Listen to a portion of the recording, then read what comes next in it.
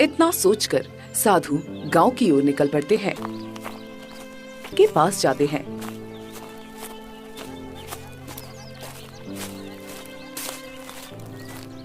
जमींदार साहब, मैं कई दिनों से भूखा हूँ, मुझे खाने को दे दो, भूख से जान जा रही है। अरे तो भाई साधु है ना, जिसे गांव से निकाला गया था? चल भाग यहाँ से, तुझे यहाँ आने से आदमी का ग्रह नक्षत्र बिगड़ जाता है। मैं तुझे कुछ नहीं देने वाला, चला जा यहाँ से। साधु जमींदार की बातें सुनकर बहुत दुखी हुए और वहाँ से आगे बढ़ जाते हैं। उसके बाद वो दो गांव वालों से मिलता है।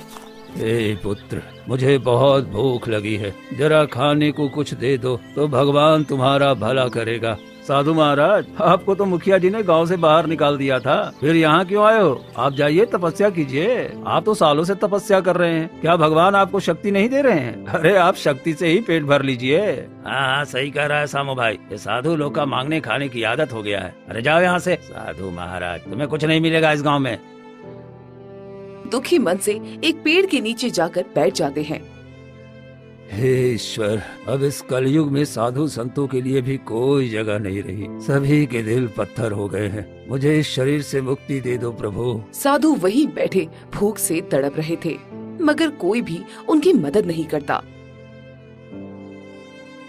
फिर रात हुई। रात के समय उनकी सांस अटकने लगी, पर कोई भी पानी देने वाला नहीं था और वो वहीं तड़प तड़प कर प्राण त्याग देते हैं।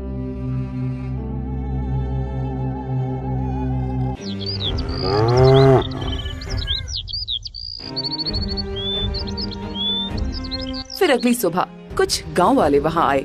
अरे ये साधु तो मर गया, अब क्या होगा? अरे हाँ भाई, अब इसे कौन दफनाएगा? इसे छूना भी पाप है। चलो हमें क्या, हम यहाँ से चलते हैं, हमें इससे क्या मतलब।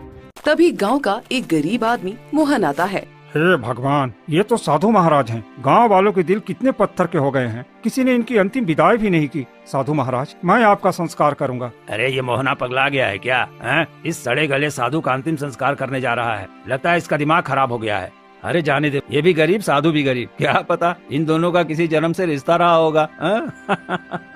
फिर मोहन साधु का शव उठाकर जंगल में ले जाता है।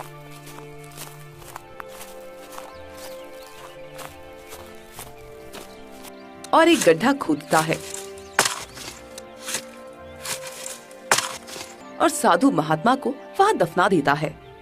हे साधु महाराज, यदि हमसे कोई गलती हुई हो तो क्षमा कर दीजिएगा, अपना आशीर्वाद बनाए रखिए। गांव जाकर एक जमींदार